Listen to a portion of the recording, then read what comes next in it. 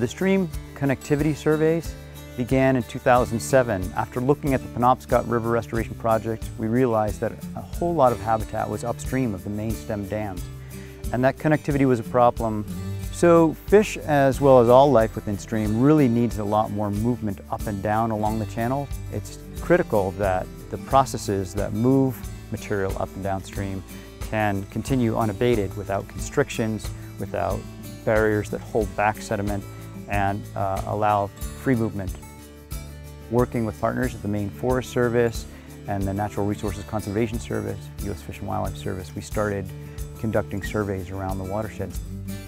This is an exciting collaborative project with multiple stakeholders.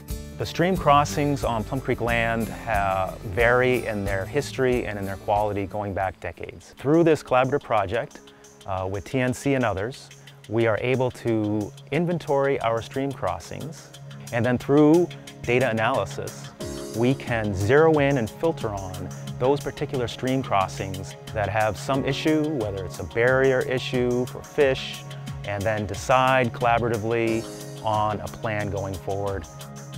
So the stream crew for the past 7 years has been coming to every place where there's a stream that's mapped and a road that's mapped crossing the stream. And what they do is they come up to that crossing to basically do surveying of the structure. So they're measuring what the length and width of the structure are, they're measuring the depth of the water and the width of the stream so they can get a better determination of whether the structure is actually constricting the stream.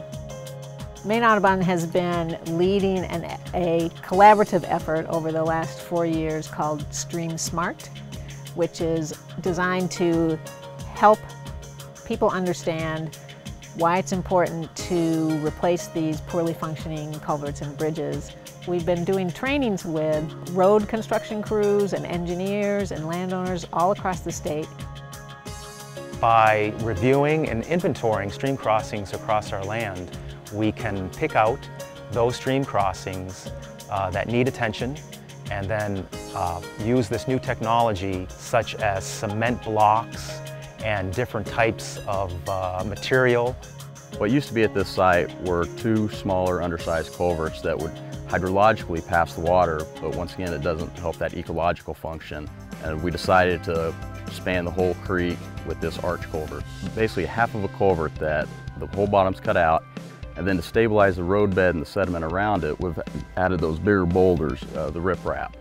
So to improve the ecological functions at crossings, we're trying to go to structures like this that maintain the natural bottom and are big enough to try to span the whole width of the creek.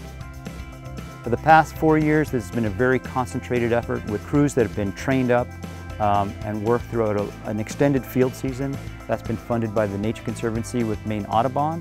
There are probably 35 large landowners that own most of the state of Maine, and it makes sense to conduct outreach to each of those landowners where we can work in terms of collecting data, sharing information on the road base, and help point to priority places for restoration.